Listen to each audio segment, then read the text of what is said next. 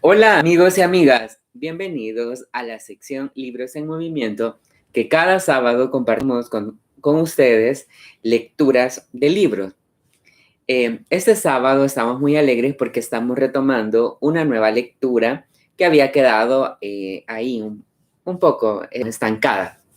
Pero antes de comenzar, como siempre decimos en los días sábados en Libros en Movimiento, hay formas de poder compartir con todos ustedes. La primera es a través de la caja de comentarios. Acá en el canal, acá pueden ustedes comentar a través de la caja de comentarios. Y la otra forma es a través de WhatsApp, a través de Telegram. ¿Y cómo podrán hacerlo? Dirán ustedes. Lo pueden hacer a través del número 73 51 85 86 si eres de El Salvador, pero si tú nos estás viendo de diferentes partes del mundo, lo tienes que agregar el número de extensión 503, luego 73 51 85 86 para poder comunicar con nosotros.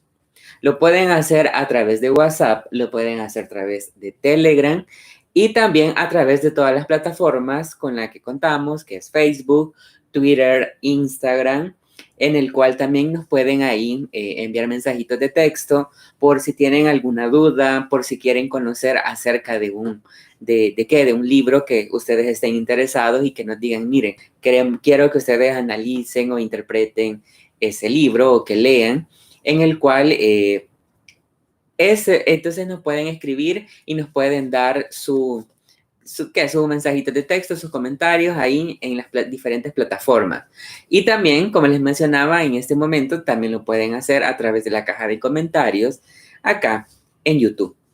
Este día vamos a continuar una lectura que estaba pendiente, que se llama Los destellos de luz, en el cual ya habíamos analizado semanas atrás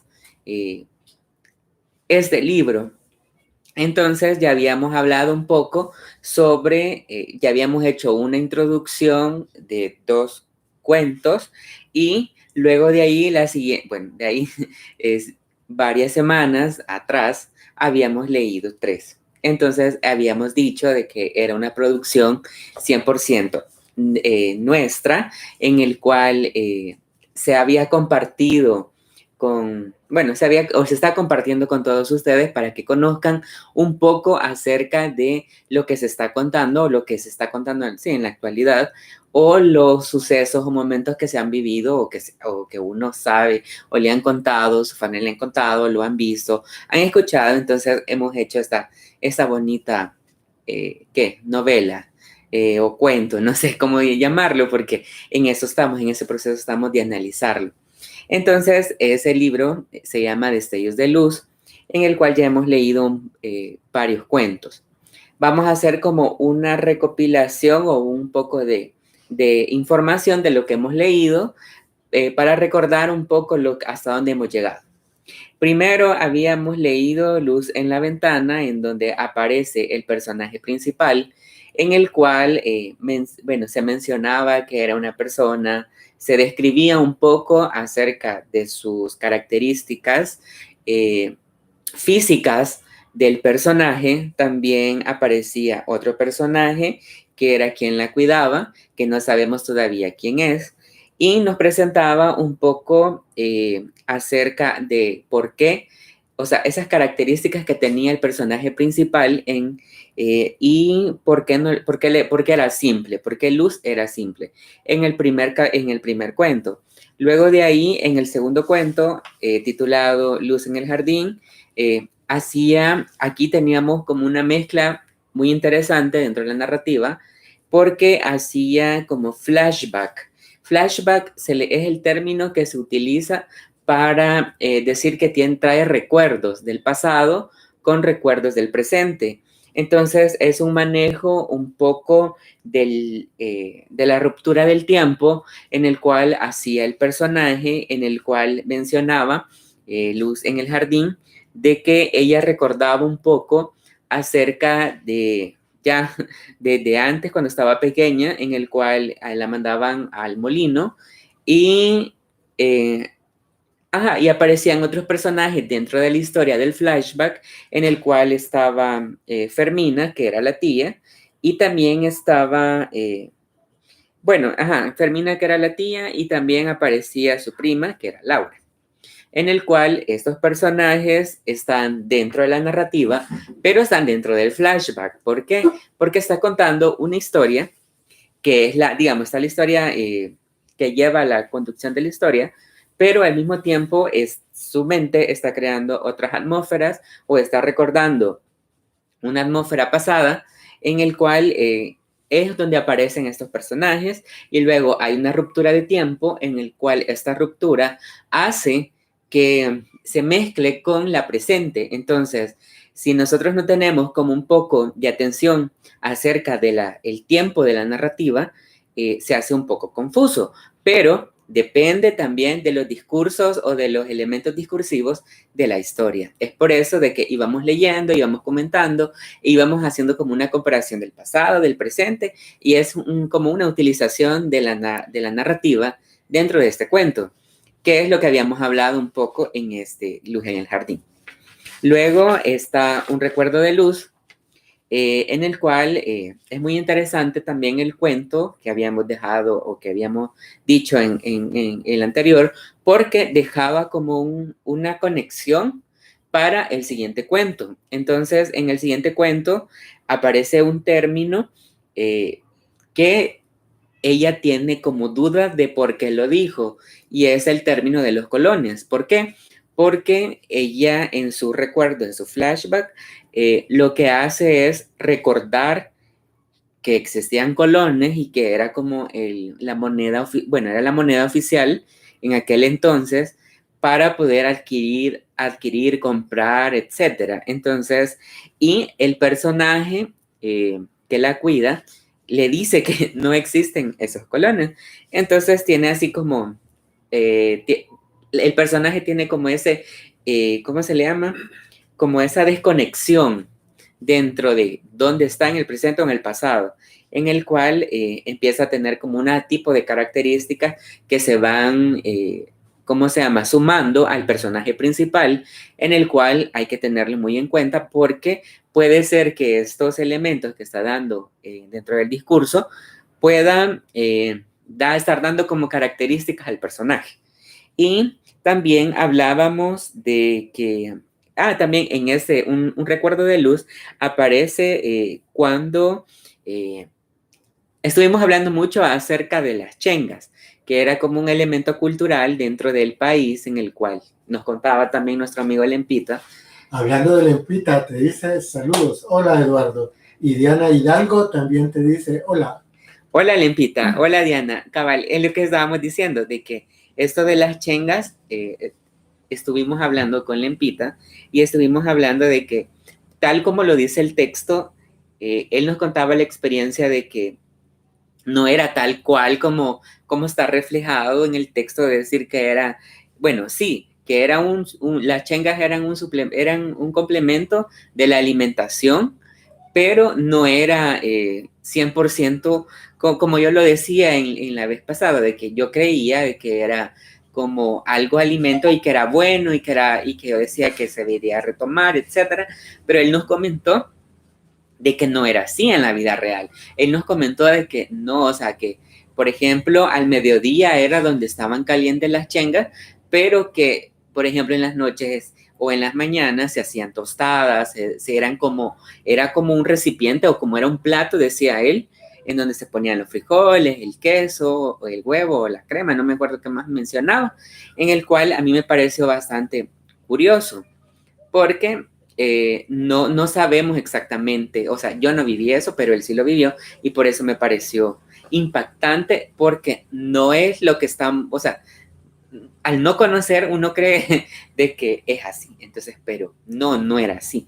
Entonces me sacó, nos dio esa luz con este término de las chengas, y es ahí donde también aparece que supuestamente le gustaban las flores, que había unas flores favoritas del personaje principal.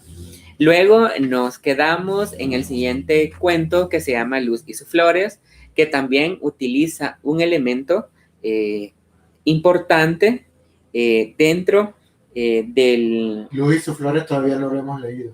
No lo hemos leído. Ese es el cuento que vamos a leer. Ah, ok. Va, entonces nos hemos quedado en Luz y sus flores, en el cual le da continuidad a que vamos a ir leyendo poco a poco. Entonces vamos a comenzar con la lectura que se llama Luz y sus flores. Ustedes, bueno, se preguntarán, bueno, le da como una temática al inicio del cuento y dice, Elena le pone seguro a la silla de ruedas donde se encuentra sentada Luz. Le pone los pies al suelo, toma su brazo levantándola despacio, diciéndole, niña Luz, le vamos a dar, niña Luz, vamos a dar pasitos, apóyese de mí. Con cuidado iremos dando con cuidado iremos donde están las flores. Luz se agarra fuertemente del brazo de Elena y juntas caminan hacia el lugar más soleado del jardín. Ese aroma me trae recuerdos cuando íbamos con la abuela a sembrar nardos a la pendiente que teníamos donde sembrábamos las flores. Sabes que pasábamos toda la mañana abriendo los surcos. Esta flor es bien delicada. Si hay mucha humedad se pudre y si no hay humedad no brota. Delicada la condenada. Me imagino, niña Luz, me lo imagino. ¿Y quién sembró estas plantas? El jardinero Don Cheyo.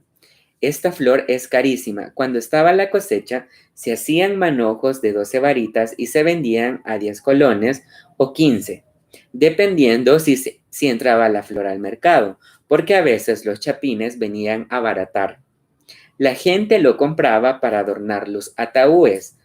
Ese aroma lo vas a recordar hasta la muerte. Si vieras el gran almácigo de esta flor en la colina, solo se veía lo blanco en todo el lugar. Elena no entendía de qué hablaba, pero le siguió la corriente. Le corta una flor y se la da en las manos. Luz la mira borrosa, pero el aroma la hace recordar al entierro de su compañero de vida. Ese bolo de Chepe siempre soñó con vender las flores a las funerarias. Como dicen, nada, solo le hablaba la flor. Yo le he dicho a mis hijos que a mí no me lleven flores al cementerio, que si me van a dar algo, que mejor me lo den en vida. Cuando lo pueda gozar, ya muerta, ¿para qué? Después de 3 días el muerto hiede. Siempre se lo digo, estos hijos no se recuerdan que tienen nana. Ya vendrán, están ocupados, excusa nada más. Uno de viejo ya estorba, eso es. Entonces, esto es lo que nos menciona este cuento, La luz y sus flores. Dentro de este cuento podemos decir muchas cosas. Podemos decir que Elena es, ya aparece el nombre de la persona que ya había hecho aparición en los cuentos anteriores, pero que no se conocía respecto a su identidad, exacto. Entonces, hasta acá aparece el nombre de esta persona que se llama Elena. Sabemos que Elena le pone el seguro a la silla de ruedas. Es la persona que la cuida. Y es la persona que la cuida, que es lo que la cuida. De ahí también aparece un elemento muy importante que yo considero que es simbólico, que son las flores. ¿Por qué? Porque si ustedes se fijan, las flores para Luz es un elemento que le hace recordar acontecimientos de su vida o de su pareja. Entonces, el elemento de las flores, considero yo de que es un elemento muy importante para sus recuerdos. ¿Por qué? Porque si ustedes se fijan, dice, digamos, el elemento flor. ¿A quién de ustedes, o no sé si a todos nos ha de pasar de que tenemos una flor que nos recuerdan muchas cosas? Puede ser que nos recuerden al novio, al esposo, al amigo, a un familiar. Puede ser que también nos recuerden cosas trágicas, como dice aquí el velorio. Puede ser que se recuerden que un accidente, etcétera, etcétera. Quiere decir que vos metiste el elemento de las flores como un símbolo.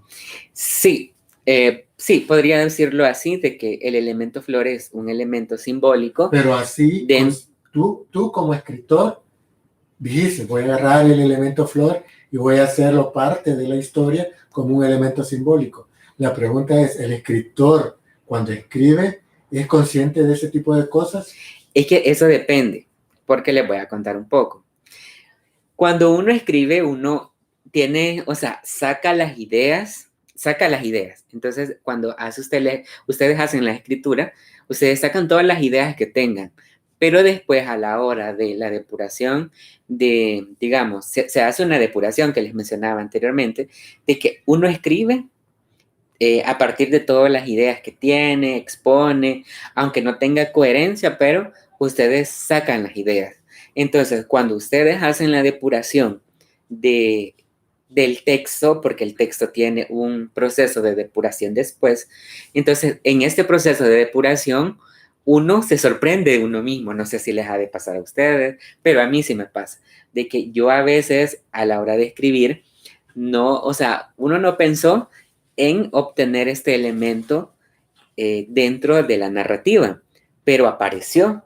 Y entonces a mí me impactó porque a la hora de hacer el análisis, hacer el proceso de depuración, dije, un elemento, el elemento flor, o sea, la flor va a ser un elemento simbólico dentro de esta narrativa, porque encaja con el personaje, encaja con la historia, encaja con los recuerdos del personaje mismo, y al mismo tiempo es un elemento dentro de la cotidianidad salvadoreña, porque ustedes más adelante se van a dar cuenta de qué flor es la que estamos hablando y por qué es muy importante, o considero es muy importante dentro de esta narrativa, porque si ustedes se fijan, dice de que había una flor carísima que se vendía por manojos de 12 varitas y que se vendían de 10 a 15 colones.